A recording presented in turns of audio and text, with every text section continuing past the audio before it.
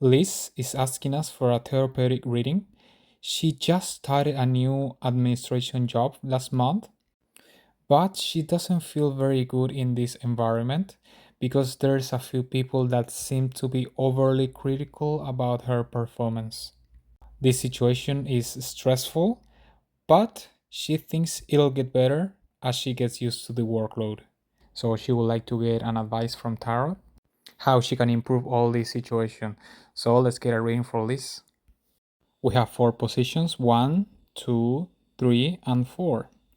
So for number one is what to do. For position number two is what not to do. Card number three, tell us what the issue or obstacle is. And finally, card number four, tell us how the issue is overcome. So for number one, we have the Eight of Cups. For number two, we got the Devil, interesting card. For number three, we have the Queen of Wands. And finally, for position number four, the Page of Cups. So let's analyze. Number one, the Eight of Cups symbolizes the abandonment, leaving something behind, and ultimately searching for a genuine truth. For position number two, what not to do, we have the Devil. In this scenario, we can say this card represents falling into destructive relationships, being oppressed, being limited, and feeling powerless. She must avoid falling into all these conditions. So now let's have a look at what the problem is. The Queen of Wands is a confident, determined, and charismatic person, but since this card is in the problem position, we could interpret that the Queen of Wands, in this case Liz, doesn't fit in this place. Maybe this place is a toxic environment where she cannot be herself 100% and her colleagues don't like this kind of person. So they are trying to push her to her limit. And unfortunately, these kind of things happen all the time.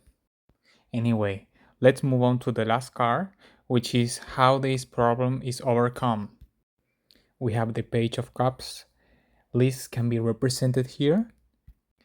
The Page of Cups can be telling us that Liz is a dreamer, maybe a little bit idealistic, and that eventually she will find herself pursuing her dreams elsewhere. So we can say she doesn't fit in this place and she will be moving on onto something else. In short, she is a sensitive person among insensitive people.